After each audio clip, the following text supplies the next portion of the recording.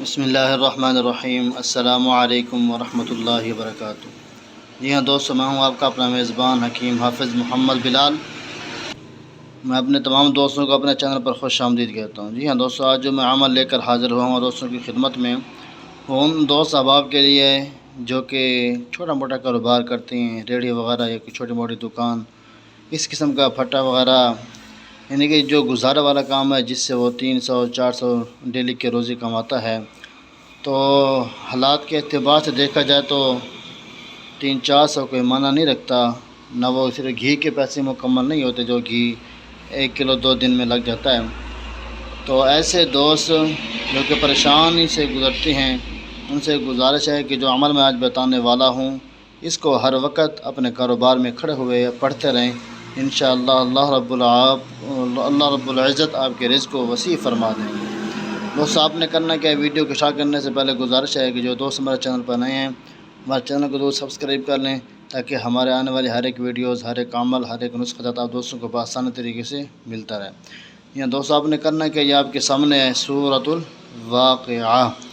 آپ نے کرنا کیا ہے کہ جب آپ کاروبار کی طرف جاتے ہیں نا، وہاں کیا ریڑھی ہے یا پھٹا ہے یا کوئی چھوٹا موٹا کاروبار ہے، دکانداری ہے، پرچون کی کسی میں کوئی بھی کام ہے چھوٹا سا آپ کا جو کاروبار کرتے ہیں، گھر کے اندر یا گھر کے باہر یا گلی کے اندر، اس کے اندر آپ کو یعنی کہ روزی لگتی بھی ہے یا نہیں بھی لگتی، کم لگتی ہے، گزارا نہیں ہوتا، پریشانی ہوتی ہے، تو آپ جو ہے نا سورۃ القارعہ جا کے جو ہے اس کا ذکر کرتے رہا کریں۔ یعنی میں آپ کو بتا دیتا ہوں، یہ 30 پارے کے اندر ہے۔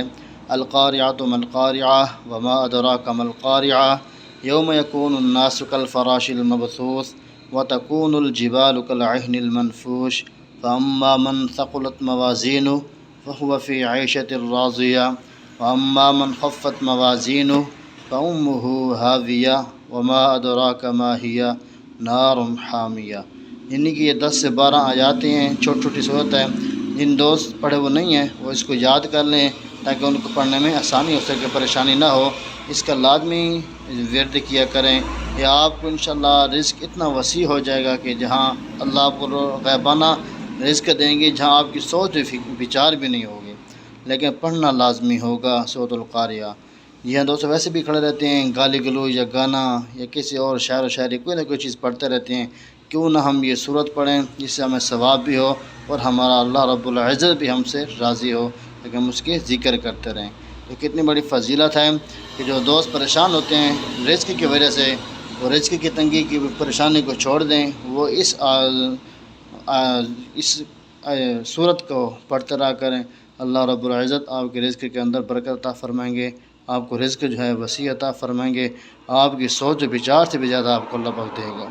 ٹھیک ہے دوستو، ملتے ہیں پھر انشاءاللہ نیکسٹ ویڈیو میں، تب تک دعا ہے کہ اللہ آپ سب دوستوں کو اپنے حفظ و امان میں رکھے۔ جزاک اللہ خیرہ۔